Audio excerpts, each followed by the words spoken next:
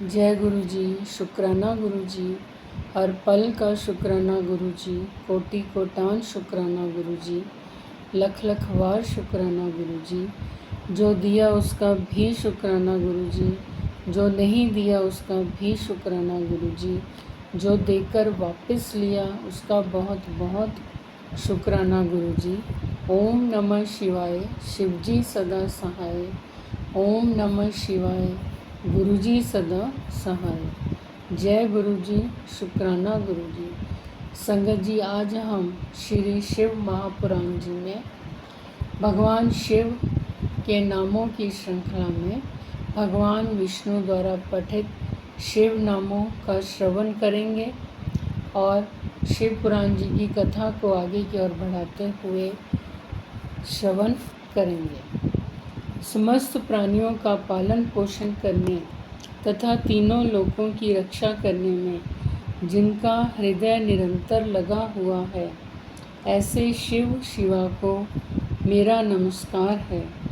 समस्त देवों तथा असुरों द्वारा पूजित शंकर और पार्वती को मेरा बार बार नमस्कार है। प्रचंड रुद्र रूप, श्रेष्ठ तेजस्वी परमेश्वर, अखंड अजन्मा, करोड़ों सूर्यों के समान प्रकाश वाले, तीनों प्रकार के शूलों को निर्मूल करने वाले, हाथ में त्रिशूल धारण किए भाव द्वारा प्राप्त होने वाले एवं भवानी के पति श्री शंकर जी को मैं भजती हूँ। हे पार्वती के पति, जब तक मनुष्य आपके चरण कमलों को नहीं भजते तब तक उन्हें न तो यही लोक और परलोक में सुख शांति मिलती है और न ही उनके तापों का नाश होता है। अतः हे समस्त जीवों के अंदर हृदय में निवास करने वाले प्रभु, प्रसन्न होइए। जय शिव शंकर, जय भोलेनाथ, जय माँ पार्वती जी, जय प्रभु कार्तिकेय, जय प्रभु गणेश, जय प्रभु नंदीश्वर। संगत जी, अब हम शिव नामों की श्रृंखला में आगे की ओर बढ़ते हुए शिव नामों का श्रवण करते हैं। ओम सर्वलोक प्रजापति नमः, संपूर्ण लोकों की प्रजा के पालक। ओम तरस्वी नमः, वेगशाली। ओम तारकः नमः, उद्धारक। ओम धीमान नमः, विशुद्ध बुद्धि से युक्त। ओम प्रधानः नमः, सबसे श्रेष्ठ। ओम प्रभु नमः, सर्वसमर्थ। ओम अव्यय नमः, अविनाशी। ओम लोकपालः नमः, समस्त लोकों की रक्षा करने वाले। ओम अंतर्हितात्मा नमः, अंतर्यामी आत्मा अथवा अदृश्य स्वरूप वाले। ओम कल्पादि नमः, कल्प के आदि कर। संगत जी, शिव नामों की श्रृंखला का हम यहीं तक श्रवण करते हैं और अब हम कथा में आगे की ओर बढ़ते हुए श्रवण करते हैं। महेश्वर शिवरात्रि तिथि का महत्व बताते हुए उन्होंने बोला कि जो शिवरात्रि को दिन रात निराहार एवं जितेंद्रिय रहकर अपनी शक्ति के अनुसार निष्कपट भाव से मेरी यथोचित पूजा करेगा, उसको मिलने वाले फल का वर्णन सुना। 1 वर्ष तक निरंतर मेरी पूजा करने पर जो फल मिलता है, वह सारा फल केवल शिवरात्रि को मेरा पूजन करने से मनुष्य तत्काल प्राप्त कर लेता है। जैसे पूर्ण चंद्रमा का उदय समुद्र की वृद्धि का अवसर है, उसी प्रकार यह शिवरात्रि तिथि मेरे धर्म की वृद्धि का समय है। इस तिथि में मेरी स्थापना आदि का मंगलमय उत्सव होना चाहिए।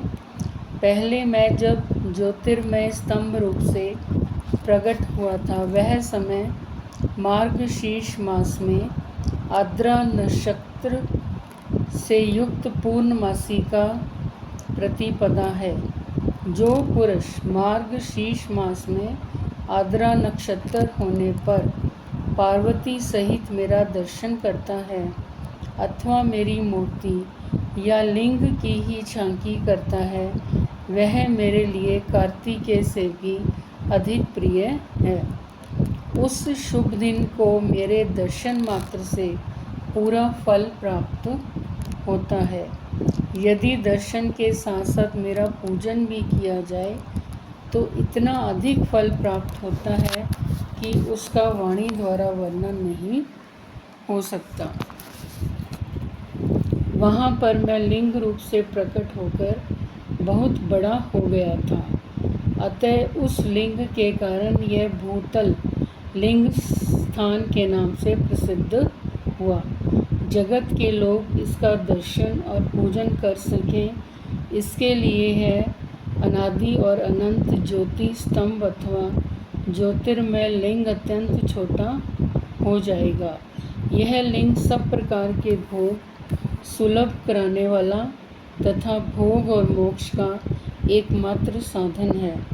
इसका दर्शन, स्पर्श और ध्यान किया जाए तो यह प्राणियों को जन्म और मृत्यु के कष्ट से छुड़ाने वाला है। अग्नि के पहाड़ जैसा जो यह शिवलिंग यहाँ प्रकट हुआ है, इसके कारण यह स्थान अरुणाचल नाम से प्रसिद्ध होगा। यहाँ अनेक प्रकार के बड़े बड़े तीर्थ प्रकट होंगे। इस स्थान में निवास करने से या मरने से जीवों का मोक्ष तक हो जाएगा।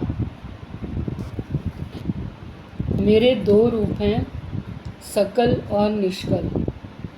दूसरे किसी के ऐसे रूप नहीं हैं।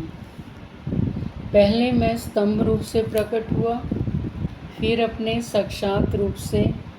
ब्रह्मा भाव मेरा निष्कल रूप है और महेश्वर भाव सकल रूप। ये दोनों ही मेरे सिद्ध रूप हैं।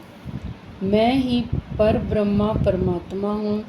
कला युक्त और अकल मेरे ही स्वरूप हैं। ब्रह्मा रूप होने के कारण मैं ईश्वर भी हूँ। जीवों पर अनुग्रह आदि करना मेरा कार्य है। ब्रह्मा और केशव, मैं सबसे बृहत और जगत की वृद्धि करने वाला होने के कारण ब्रह्मा कहलाता हूँ। सर्वत्र समरूप से स्थित और व्यापक होने से ही मैं ही सबका आत्मा हूँ। सर्ग से लेकर अनुग्रह तक आत्मा या ईश्वर से भिन्न जो जगत संबंधी 5 कृत्य हैं, वे सदा मेरे ही हैं। मेरे अतिरिक्त दूसरे किसी के नहीं हैं, क्योंकि मैं ही सबका ईश्वर हूँ। पहले मेरी ब्रह्मा रूप पता का बोध कराने के लिए निष्कल लिंग प्रकट हुआ था। फिर अज्ञात ईश्वर तत्व का साक्षात्कार कराने के निमित्त मैं साक्षात जगदीश्वर ही सकल रूप में तत्काल प्रकट हो गया। अतः मुझ में जो ईशत्व है उसे ही मेरा सकल रूप जानना चाहिए, तथा जो यह मेरा निष्कल स्तंभ है वह मेरे ब्रह्म स्वरूप का बोध कराने वाला है। यह मेरा ही लिंग चिन्ह है। तुम दोनों प्रतिदिन यहाँ रहकर इसका पूजन करो। यह मेरा ही स्वरूप है और मेरे समीप्य की प्राप्ति कराने वाला है। लिंग और लिंगी में नित्य अभेद होने के कारण मेरे इस लिंग का महान पुरुषों को भी पूजन करना चाहिए। मेरे एक लिंग की स्थापना करने का यह फल बताया गया है कि उपासक को मेरी समानता की प्राप्ति हो जाती है। यदि एक के बाद दूसरे शिवलिंग की भी स्थापना कर दी गई, तब तो उपासक को फल स्वरूप से मेरे साथ एकत्व रूप फल प्राप्त होता है। प्रधानतया शिवलिंग की ही स्थापना करनी चाहिए। मूर्ति की स्थापना उसकी अपेक्षा गौण कर्म है। शिवलिंग के अभाव में सब ओर से सवेर होने पर भी वह स्थान क्षेत्र नहीं कहलाता। जय गुरु जी, शुक्राना गुरु जी, अनंतम अनंतम शुक्राना गुरु जी। संगत जी, आज हम शिव पुराण जी की कथा का यहीं तक श्रवण करेंगे। कल फिर इससे आगे की ओर बढ़ते हुए श्रवण करेंगे।